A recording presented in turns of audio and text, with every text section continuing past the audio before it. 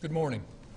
I'm here to give you an update on the FBI's investigation of Secretary Clinton's use of a personal email system during her time as Secretary of State. After a tremendous amount of work over the last year, the FBI is completing its investigation and referring the matter to the Department of Justice for a prosecutive decision. What I want to do today is three things. I want to tell you what we did, I want to tell you what we found, and I want to tell you what we're recommending to the Department of Justice. This is going to be an unusual statement in at least a couple of ways. First, I'm going to include more detail about our process than I ordinarily would, because I think the American people deserve those details in a case of intense public interest. And second, I have not coordinated this statement or reviewed it in any way with the Department of Justice or any other part of the government. They do not know what I'm about to say. But I want to start by thanking the FBI employees who did remarkable work in this case. Once you have a better sense of how much we have done, you will understand why I am so grateful and so proud of their work. So first, what we have done. This investigation began as a referral from the Intelligence Community Inspector General in connection with Secretary Clinton's use of a personal email server during her time as Secretary of State. The referral focused on whether classified information was transmitted on that personal system.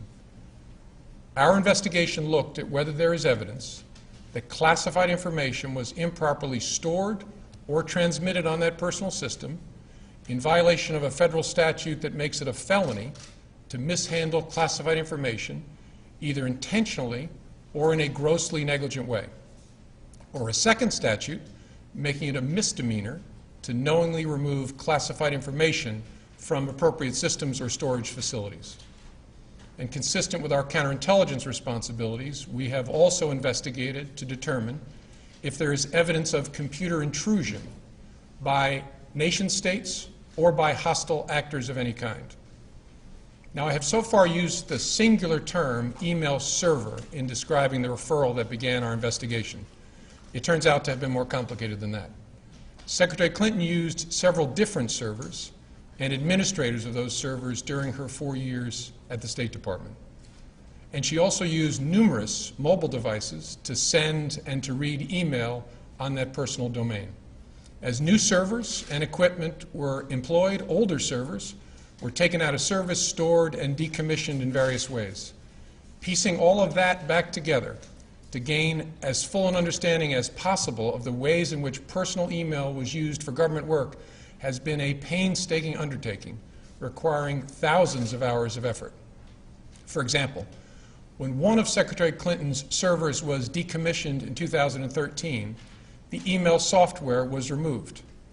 That didn't remove the email content, but it was like removing the frame from a huge unfinished jigsaw puzzle and then dumping all the pieces on the floor. The effect was that millions of email fragments ended up in the server's unused or slack space. We searched through all of it to understand what was there and what parts of the puzzle we could put back together again.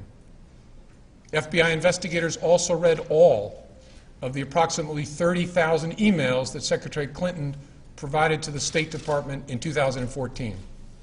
Where an email was assessed as possibly containing classified information, the FBI referred that email to any government agency that might be an owner of that information, so that agency could make a determination as to whether the email contained classified information at the time it was sent or received, or whether there was reason to classify it now, even if the content had not been classified when it was first sent or received.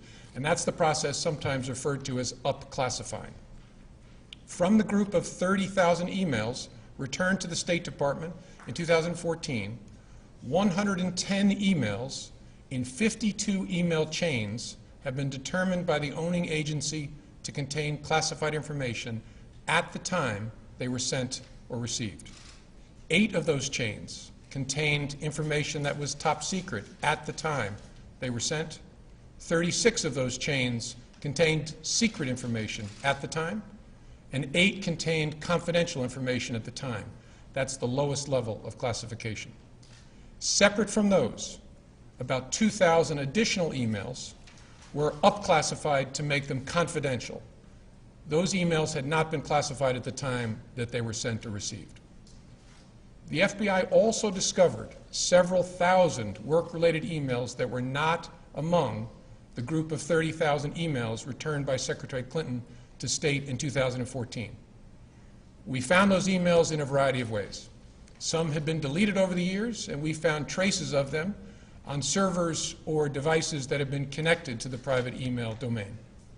Others we found by reviewing the archived government accounts of people who had been government employees at the same time as Secretary Clinton, including high-ranking officials at other agencies, folks with whom a Secretary of State might normally correspond.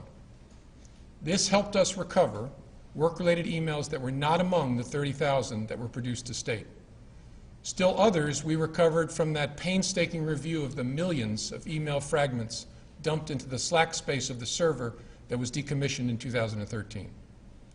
With respect to the thousands of emails we found that were not among those produced to the State Department, agencies have concluded that 3 of those were classified at the time they were sent or received, 1 at the secret level and 2 at the confidential level. There were no additional top secret emails found. And finally, none of those we found have since been upclassified.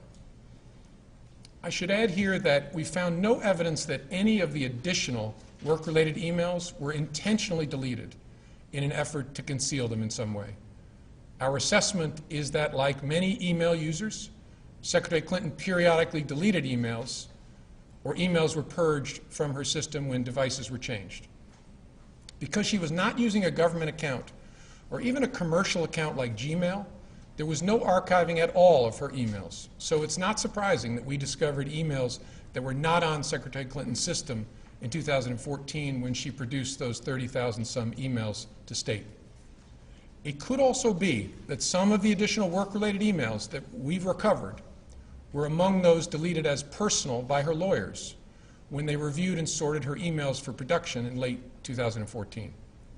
The lawyers doing the sorting for Secretary Clinton in 2014 did not individually read the content of all of her emails as we did for those available to us. Instead, they relied on header information, and they used search terms to try to find all work-related emails among the reportedly more than 60,000 that were remaining on her system at the end of 2014. It's highly likely that their search missed some work-related emails and that we later found them, for example, in the mailboxes of other officials or in the slack space of a server. It's also likely that there are other work-related emails that they did not produce to State and that we did not find elsewhere and that are now gone because they deleted all emails they did not produce to State, and the lawyers then cleaned their devices in such a way as to preclude complete forensic recovery.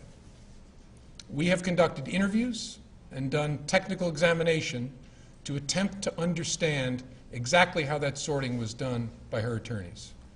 Although we don't have complete visibility because we're not able to fully reconstruct the electronic record of that sorting, we believe our investigation has been sufficient to give us reasonable confidence there was no intentional misconduct in connection with that sorting effort. And of course, in addition to our technical work, we interviewed many people, from those involved in setting up the personal email system and maintaining the various iterations of Secretary Clinton's server, to staff members with whom she corresponded on email, to those involved in the email production to State, and finally Secretary Clinton herself. Last, we have done extensive work to try to understand what indications there might be of compromise by hostile actors in connection with that personal email system. So that's what we've done. Now let me tell you what we found. Although we did not find clear evidence that Secretary Clinton or her colleagues intended to violate laws governing the handling of classified information, there is evidence that they were extremely careless in their handling of very sensitive, highly classified information. For example, 7 email chains concern matters that were classified at the top secret special access program at the time they were sent and received. Those chains involve Secretary Clinton both sending emails about those matters and receiving emails about those same matters. There is evidence to support a conclusion that any reasonable person in Secretary Clinton's position or in the position of those with whom she was corresponding about those matters should have known that an unclassified system was no place for that conversation. In addition to this highly sensitive information, we also found information that was properly classified as secret by the U.S. intelligence community at the time it was discussed on email. That is, excluding any later up-classified emails. None of these emails should have been on any kind of unclassified system, but their presence is especially concerning because all of these emails were housed on unclassified personal servers, not even supported by full-time security staff like those found at agencies and departments of the United States government, or even with a commercial email service like Gmail. I think it's also important to say something about the marking of classified information. Only a very small number of the emails here containing classified information bore markings that indicated the presence of classified information. But even if information is not marked classified in an email, participants who know or should know that the subject matter is classified are still obligated to protect it.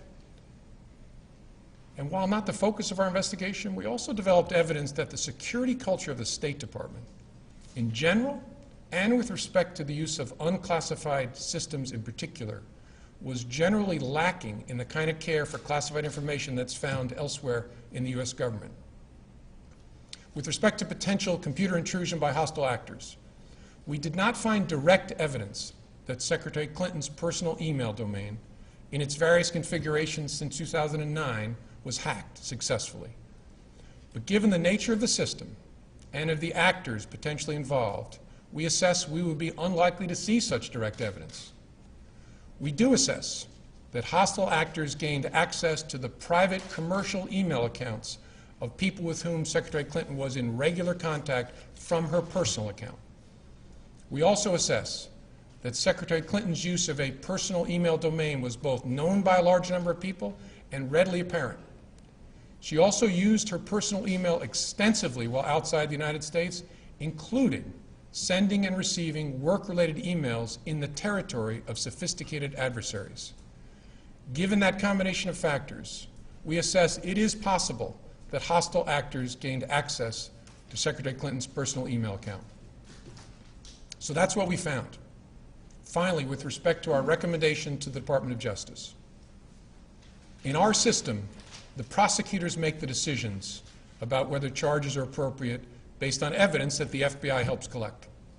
Although we don't normally make public our recommendations to the prosecutors, we frequently make recommendations and engage in productive conversations with prosecutors about what resolution may be appropriate given the evidence.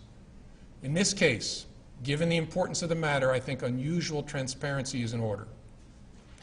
Although there is evidence of potential violations of the statutes regarding the handling of classified information, our judgment is that no reasonable prosecutor would bring such a case. Prosecutors necessarily weigh a number of factors before deciding whether to bring charges. There are obvious considerations like the strength of the evidence, especially regarding intent. Responsible decisions also consider the context of a person's actions and how similar situations have been handled in the past. In looking back at our investigations into the mishandling or removal of classified information, we cannot find a case that would support bringing criminal charges on these facts. All the cases prosecuted involved some combination of clearly intentional and willful mishandling of classified information, or vast quantities of information exposed in such a way as to support an inference of intentional misconduct, or indications of disloyalty to the United States, or efforts to obstruct justice. We do not see those things here. To be clear, this is not to suggest that in similar circumstances, a person who engaged in this activity would face no consequences. To the contrary, those individuals are often subject to security or administrative sanctions, but that's not what we're deciding now. As a result, although the Department of Justice makes final decisions on matters like this, we are expressing to Justice our view that no charges are appropriate in this case. I know there will be intense public debate in the wake of this recommendation, as there was throughout the investigation. What I can assure the American people is that this investigation was done honestly, competently, and independently. No outside influence of any kind was brought to bear. I know there were many opinions expressed by people who are not part of the investigation, including people in government, But none of that mattered to us. Opinions are irrelevant. And they were all uninformed by insight into our investigation because we did our investigation the right way. Only facts matter. And the FBI found them here in an entirely apolitical and professional way. I couldn't be prouder to be part of this organization. Thank you very much. Director Comey, there are people who say you're making this announcement to clear the way for her to campaign in the